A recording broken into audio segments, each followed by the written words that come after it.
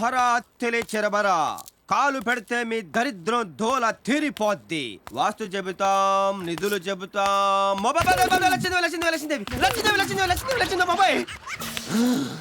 మా కాలుని లాగింది సాక్షాత్తు లచ్చిందేవా లేక ఇది మా భ్రమ? చూసిదము. లచ్చిందేవి ఖచ్చితముగా లచ్చిందేవే. మాతా వచ్చుచుంటి, తల్లి వచ్చుచుంటి. స్వామి అయ్య బాబాయ్ లక్ష్మీదేవి లచ్చిందేవి నిన్ను కనకరించిందే తల్లి. అవునా స్వామి? మాట్లాడకు.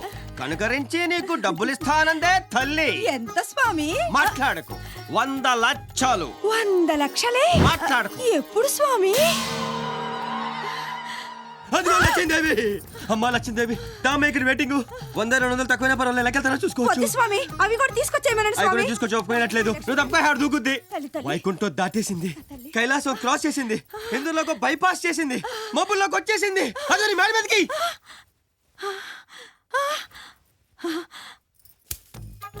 స్వామి ఏమైంది స్వామి? అయ్యో స్వామి కూర్చోండి స్వామి. అయ్యో ఏమైంది స్వామి? అయ్యో చిన్నప్పుడు నీకు తిరుపతిలో గుండెకి ఇస్తానని బాబు మొక్కుకున్నాడు. ఆ మొక్క తీర్చలేదు. అందుకే లచ్చిందేవి రానేకుండా ఆంజనేయ స్వామి ఠోకట్టాడు. అయ్యో ఇప్పుడు ఎలా స్వామి? హరోం హరా అత్తిరిచెరబరా.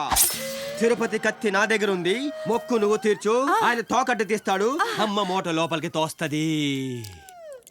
తొందరగా గీసే స్వామి. అవునేలప్ప, నీకు లక్షలు వస్తున్నాయి కదా, నాకెంత?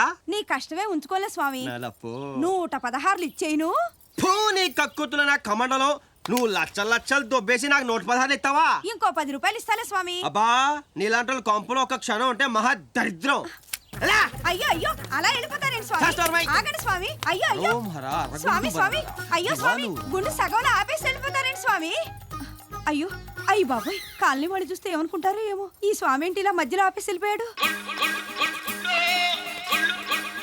గుళ్ళు గీకుతామమ్మా, గుళ్ళు అత్తిలి కత్తికి దువ్వ బ్లేడర్స్ గీకుతామమ్మా, నున్నగా గీకుతామమ్మా.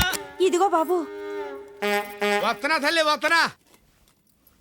చెప్పండి, మొగుడు తెచ్చిన గుండు అయితే 10 రూపాయలు, మొక్కుబడి గుండు అయితే 20 రూపాయలు. మీది ఏ టైపు గుండు? అరగుండా కుదరదు.